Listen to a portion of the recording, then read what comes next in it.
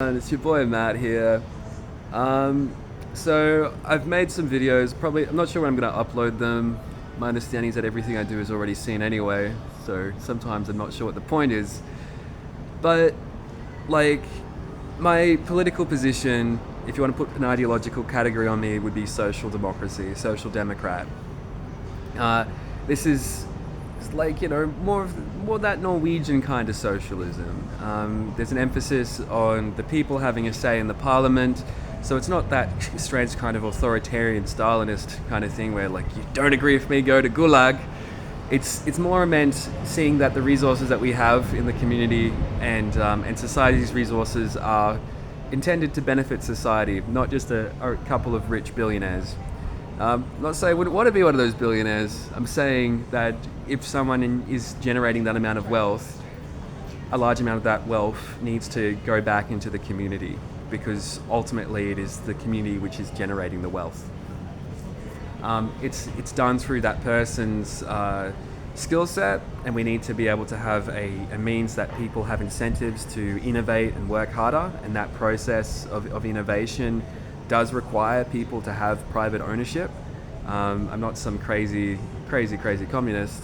I am seeing in the world this concentration of wealth, and when there's that concentration of wealth, it means that there's a massive power imbalance, and on top of that, there's usually a situation where you'll have things like gated communities and alternative infrastructure, such as everyone going to private schools and private hospitals, and the actual public ones being neglected or non-existent. So that's my perspective on those things. Through my project, my job is actually to act more like a speaker of the House in a parliament. My job is to facilitate discussion and to promote, a variety of different ideas. My biggest interest is that the system of what's something called responsible government, which is how your vote translates to your representation of your views in the parliament to continue and to develop well. I want a healthy democracy. So there is a party called One Nation in Australia. I'm hoping I don't aggravate them because I just want to say that I haven't said anything because they're most famously associated with a woman called Pauline Hanson. And over time, I think she's mellowed out a bit, but their primary platform has been against immigration. I don't have a strong view on immigration. My biggest concern is wealth concentration. I see, like, there's always this issue where it's like, who are we generating the wealth in our nation for? In my view, is that it should be for the citizens of that nation.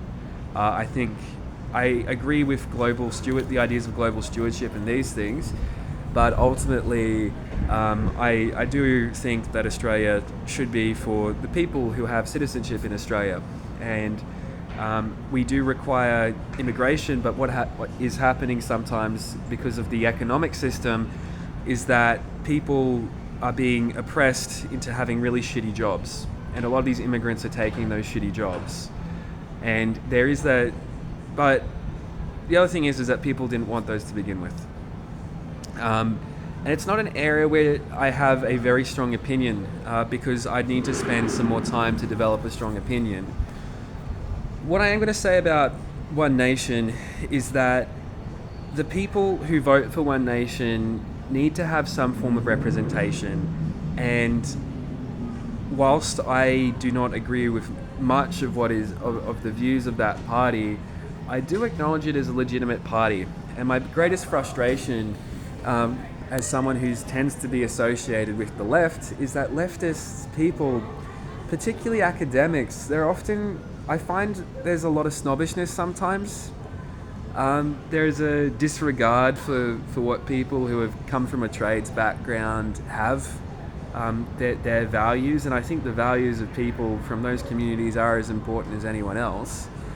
I worry that a large amount of the time ideology is stuffed down people's throats, and I think a lot of working class people dislike it, and they're appropriately suspicious of these pretentious intellectuals. I see a lot of intellectuals as having very strange ideas, and they go around and it's like there's like a shit sandwich. There's always a poo metaphor with what I say.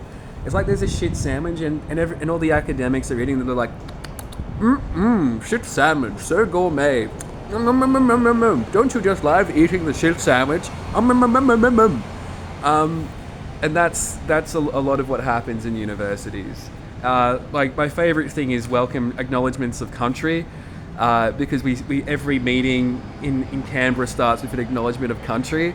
And I think when I talk to these people, most of them have never had anything to do with the Indigenous community, but there's all this white, like, it really just seems to be kind of something like the Lord's Prayer, which is said. Like at best, it's a acknowledgement that a lot of terrible things happen to the Indigenous people, and there is need to try and care for that community. But for the most part, I think it's just become this kind of like show of your sophistication and kind of how much you jerk off the figurative Aboriginal penis makes you a more enlightened and better person. Keeping it like the funniest example I have was like when I was at the portrait gallery, and there was this art student who was doing the tour, and she came to this site in Arnhem-Land, and there's this woman who was like an elder, and she's like, oh yeah, so this is whatever their name was. She is the custodian of these people's traditions, and like they've got, and she ended up saying like, it's very indigenous, and there's like the nature. And I just thought like she tells the people the stories of their people, and being an Indigenous elder has a very specific and actually somewhat important role in those communities. But the way she was saying it was like she was just fucking describing a tour guide. And there's this kind of passing around of this prayer. Like there's this saying of this prayer to show everyone how sophisticated you are and how much you want to fit in, without a large amount of understanding of actual Indigenous leadership and politics. And I hate to break it to people, but a large amount of Indigenous leadership is shit, right? I've worked quite thoroughly with the Indigenous community. Often the same way that we have people who chase titles in politics so that they can now be a fancy senator, or they'll go through the entire intellectual hazing of getting a PhD just so that they can say they're a doctor, and they're everything they say is so much more special than everyone else who might have equal levels of training and expertise, but through different methods. People are attracted to those things because it allows them to wear a halo and feel good about themselves. And people who are particularly want to feel really good about themselves are called narcissists, and a lot of those people are Indigenous leaders, and they're a pain in the ass to work with. So I was saying this as kind of like, how do I put it? I'm trying to, I'm not a supporter of One Nation. I actually had some support from members of the One Nation voting base. I'm a member of a Facebook group called Blokes Advice, and I quite like these things. But there's just because I'm a lefty doesn't mean I'm not interested in the base of the people who vote for One Nation. I think they very much are deserving of representation in our government. I acknowledge One Nation is providing a legitimate representation for that community, which I think has often been neglected. I'm not 100% sure I agree with what they say. I would not vote for One Nation. But I wanted to say this, and I think One Nation serves a very protective function, because as a political party, it stops the creation of something which could be a lot more sinister and fascist. And that's how I want to end my conversation today on this, and I hope everyone has a lovely day. Cheers.